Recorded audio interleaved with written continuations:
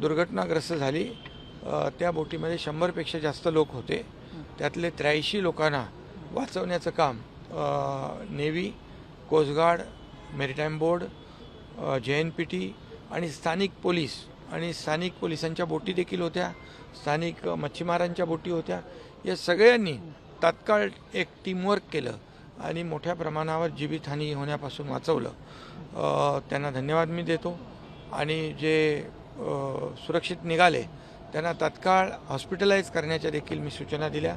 दोन्ही कलेक्टर आणि इतर जे काही अधिकारी आहेत त्यांच्याशी मी संपर्कात होतो, त्यांनाही सूचना दिलेल्या आहेत। सर, जी बोटच्या संदर्भात चौकशी करणार आहात? ती चौकशी तर होईल, मोठी दुर्घटना आहे, परंतु आत्ता प्राथमिकता लोकांना रेस्क्यू करणं याला प्राथमिकता दिलेली आहे। आणि नंतर त्याची चौकशी होईल, त्या चौकशीतून जे काही वरिष्ठ उच्चस्तरीय चौकशी होईल, त्यातून जे काही निष्पन्न होईल तो पुढचा भाग। परंतु आज पहिली प्राथमिकता लोकांचे जीव वाचवणे। दुर्घटनाग्रस्त झाली त्या बोटीमध्ये 100पेक्षा जास्त लोक होते। त्यातले 83 लोकांना वाचवण्याचं काम navy, coast guard, maritime board, JNPT आणि स्थानिक पोलीस आणि स्थानिक पोलिसांच्या बोटी देखील होत्या, स्थानिक मच्छीमारांच्या बोटी होत्या। या सगळ्यांनी तात्काळ एक टीमवर्क केलं आणि मोठ्या प्रमाणावर जीवितहानी होण्यापासून वाचवलं। त्यांना धन्यवाद मी देतो। आणि जे सुरक्षित निघाले त्यांना तात्काळ हॉस्पिटलाइज करण्याच्या देखील मी सूचना दिल्या।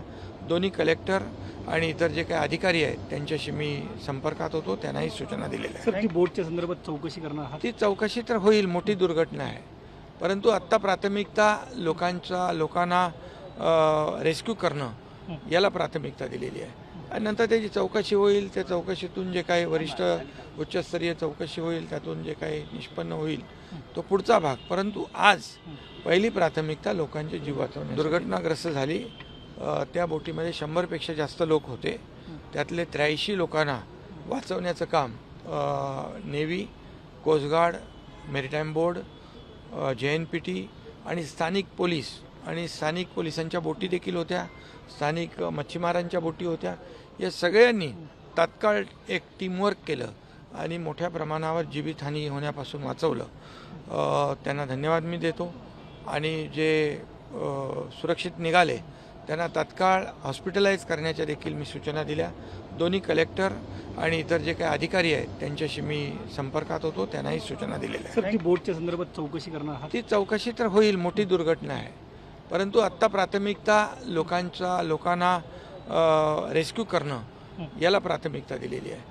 आणि नंतर त्याची चौकशी होईल, त्या चौकशीतून जे काही वरिष्ठ उच्चस्तरीय चौकशी होईल, त्यातून जे काही निष्पन्न होईल तो पुढचा भाग। परंतु आज पहिली प्राथमिकता लोकांचे जीव वाचवण्यासाठी